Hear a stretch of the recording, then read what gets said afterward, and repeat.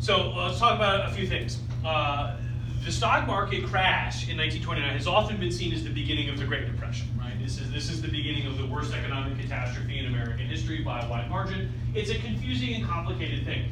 The stock market crash is not the beginning of the Great Depression.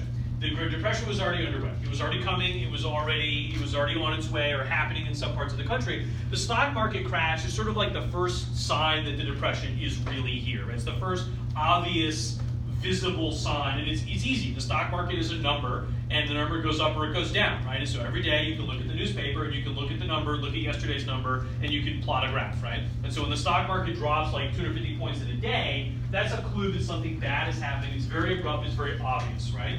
And so it's sort of like how if you have cancer and you don't notice it, you've had a CT scan, you would never know. All of a sudden you get some weird symptom. You cough up blood, you have numbness in part of your body or something like that. So you go to the doctor and you say, "Doctor, I've got this weird symptom." And the doctor gives you a scan and says, "Well, you got a lump of cancer, right? You got a cancer in your leg or spine or whatever, right?" And so it's not so much that the symptom that you had caused the cancer, rather it was a symptom of the already existing cancer. That's the relationship between the Great Depression and the stock market crash. The Depression was not caused by the crash.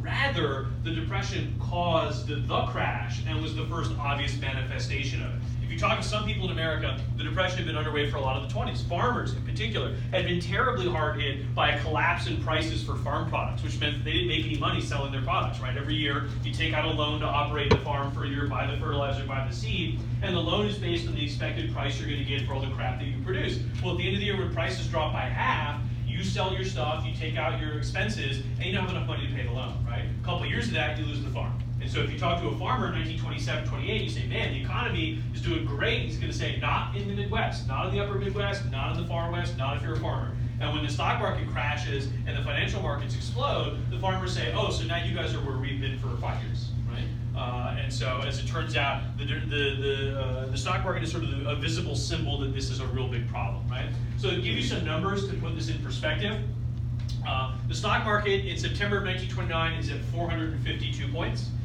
In November, 2 months later, it is at 224 points. So a decline of 50%, right? Which is, huge. Now, it's important to note, to give you some sense of the numbers here, when I wrote these notes back in like 2006, it was 7, I want to say, the stock market was 11,956 with a gain of 216 over the previous day. So when I wrote those notes, the stock market had gained the day before about what it lost during the 2 months of September and October 1929. So it's all relative, right? On the other hand, a decline of 250 points in September 1929 was a 50% loss of the stock market's total value. A gain of 200 points in July of 2007 when I wrote these notes was a gain of like, what, 0.1% or something like that. And so it's just a question of relative gain. Now, of course, if you want some other fun perspective, in September of 2008, when the economy collapsed, what happened is the stock market lost about 1,100 points a day for about a week. And so that made people feel like September of 1929 all over again, right? The stock market lost about 7,000 points in about 6.5 or 7 business days. And that was really, if you remember any of that, that was terrifying. I mean, it was like the economy went into free fall and nobody knew when the bottom would hit. Nobody knew how low the stock market was really going to go. I was on my honeymoon with my wife, and we would come in from the pool, put on the TV, see how low the stock market had gone, and just go back out to the pool. And we'd do that for like every day. And so that's why people thought in 2008 we were in a repeat of 1929 because the stock market just collapsed, right? Now, on the other hand, the stock market today is like 18,000 or something. It's higher than it was ever been. This year and the year before enjoyed record stock market growth. So it's all sort of relative, right? To give you a sense of the better numbers, maybe, U.S. Steel and General Electric are two of the big kind of blue chip stocks, manufacturing companies in the 1920s. In 1929, U.S. Steel, $396 a share. That's a very high price stock. 1932, 3 years later, $34 a share. That's a more than 90% decline in the value of that stock. If your investments were primarily made in General Electric, you lost over 90% of the money that you had invested. U.S. Steel, $261 a share. By 1932, $21 a share. Again, a decline of over 90% of its total value, right? And so it turns out by the winter of 1929 that the Depression is now sort of in full swing, right? When the economy shrinks, you get a recession. When the economy stays not growing for a long time, you get a depression, right? And that's what happens between 1929, 30, 31, and 32. The causes of the Great Depression are generally not well understood. It's one of those things sort of like the weather, where it's easy to look at the weather and say, okay, it's raining, it's hot, it's cold, it's sunny, it's snowing, whatever. It's much harder to find out, unless you are good at meteorology, why the weather is the way it is on a certain day. So the effects of the Depression, the progress of the Depression, those things are fairly easy to understand. Why it happened the way that it did is the subject of intense debate in macroeconomics even today, right now, 2018.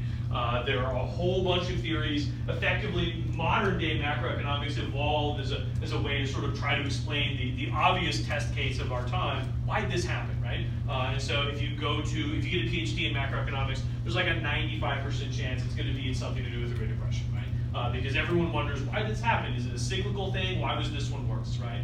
There's a whole bunch of competing theories that have to do with problems in foreign trade in the 1920s, the rise of protectionism, the fall in the prices of consumer goods, which is another big thing. But having said that, it's suffice to say, this is not a macroeconomics class, we'll take the Depression as a given and go on, right? There's a few things we can say, though. The Depression was worse than other depressions for a couple of reasons. For starters, the prosperity of the 1920s, the roaring 20s, was actually not very widely shared. What we call income inequality was quite high in the 1920s. A small percentage of people, 2% of the American economy, made 30, or 2% of the population made 30% of the money. And the bottom 60% of the population shared another third of the money. And so what you could say is you had a huge underclass, a medium-sized middle class, and a tiny upper class. And of course, what this meant was that when the economy took a bump and people started losing jobs and businesses started closing, what happened to the top 2%? Well, they lost a lot of money, but they had a lot of money to begin with. What happened to that bottom 60%? They get screwed, right? I mean, they're living essentially paycheck to paycheck, which means they go right into poverty, right? Which makes the Depression much worse than it would have otherwise been, right? The other thing we can mention is that an okay explanation for the Great Depression was offered by a British economist. His name is John Maynard Keynes. We've met him before. And what can we say about Mr. Keynes? Well, Keynes, Lord Keynes, as he became, because he got knighted by the British, right? And so Lord Keynes often argued, you may remember, by the way, we met him at the Versailles Conference where he argued that it was really bad to destroy the German economy. Turns out he's totally right. But anyway, Keynes argued that depressions are what he calls crises of aggregate demand. So when you have an economy primarily devoted to consumer production and consumer spending, at least at some level, like the American economy was in the 20s, the thing that matters a lot is how much money consumers spend, right? What happened is the economy took a little bump, and some people lost their jobs, and some businesses closed, right? Probably marginal businesses that weren't performing well, had too much debt, weren't turning a profit, right? Which is a normal kind of economic course correction, right? Sometimes businesses expand, and what would be a good business in good times, when bad times happen, is a business that goes out of business, right?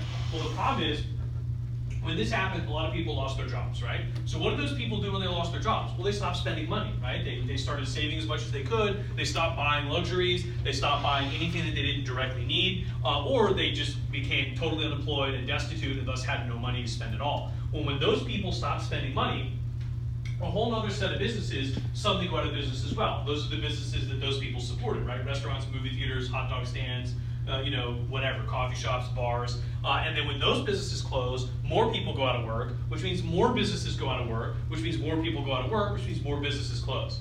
And so it's sort of a vicious cycle, as they often call in economics, a negative feedback loop where the more people that go out of work, the more businesses that close, which leads to more people out of work, which closes more businesses, right? And understand that if your economy is driven by consumer spending, you're very sensitive to that sort of a thing, right? If like in America today, more than 70 cents out of every dollar that's spent is spent by consumers on crap.